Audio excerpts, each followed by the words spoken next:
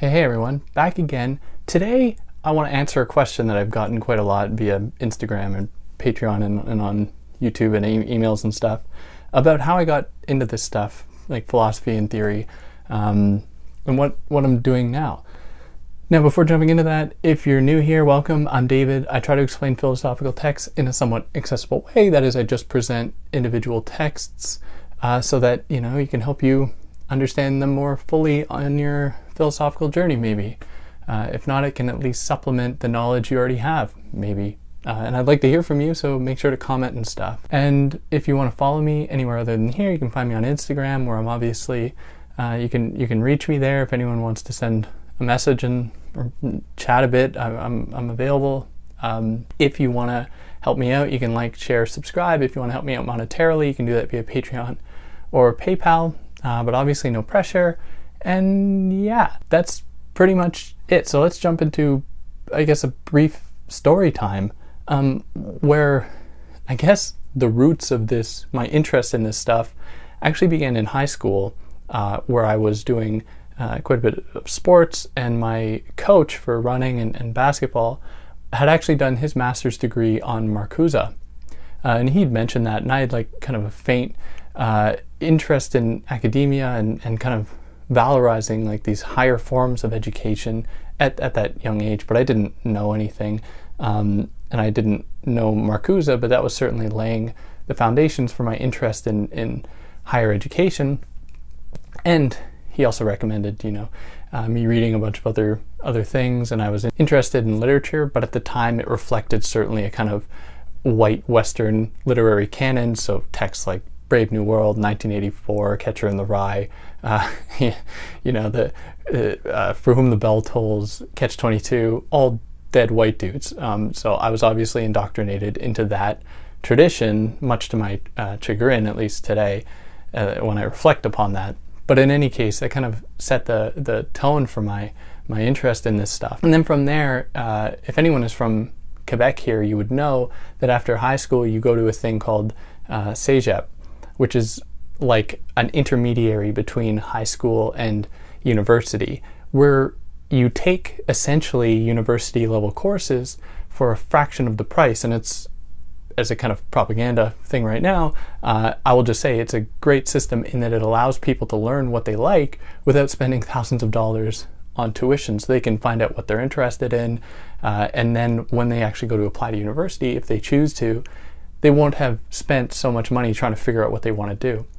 But when I was there, I went to a cégep called John Abbott, which is on the West Island of Montreal, where I took some philosophy classes, specifically philosophy classes by a woman named Irini Sakiri, who really opened my eyes to a lot of these things. And I don't know if she's still working there, or if anyone here has gone to John Abbott or knows her, but she's a really great thinker and really passionate about this stuff. But as well, I began to take some English classes and sociology classes that I found illuminating.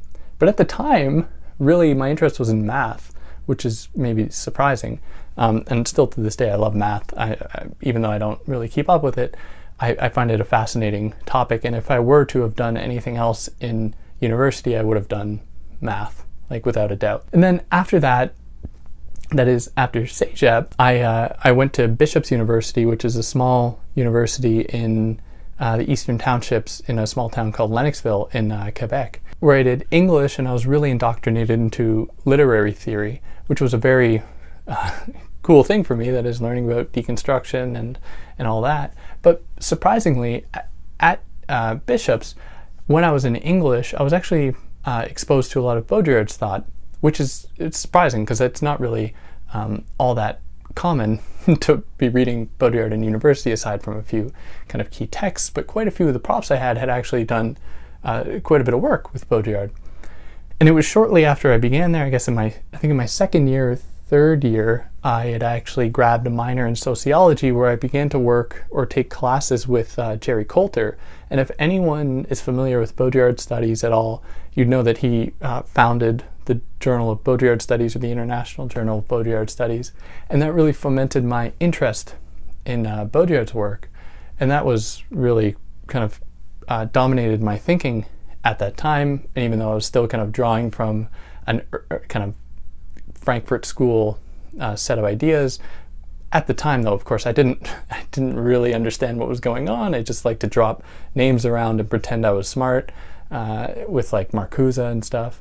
I began to be interested in people like Foucault and Baudrillard a lot, and really pretending like I knew what was going on with that stuff there as well. And then after Bishops, I applied and began doing my master's at University of Western Ontario in a program called Theory and Criticism, in which I wrote my master's thesis about Baudrillard and posthumanism that was titled The Mirror of Humanism.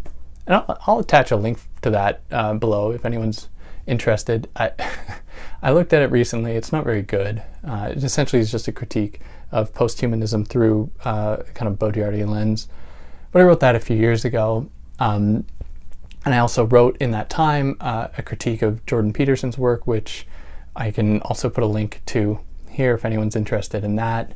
And then after that, I moved from that department to media studies, still at the University of Western Ontario, to do some work on conspiracy theories.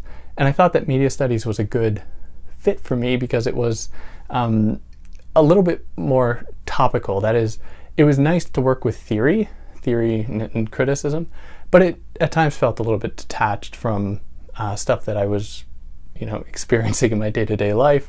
And so I wanted to have something a little bit more grounded maybe, and also looking to the future. Media studies is kind of a burgeoning field to some extent, and so I was thinking it might be a little bit more lucrative in the long run. So I began and media studies and published another article on Baudrillard and titled Baudrillard's Binaries, which I don't think I can link because I think it's behind institutional paywalls and stuff, which is a real shame.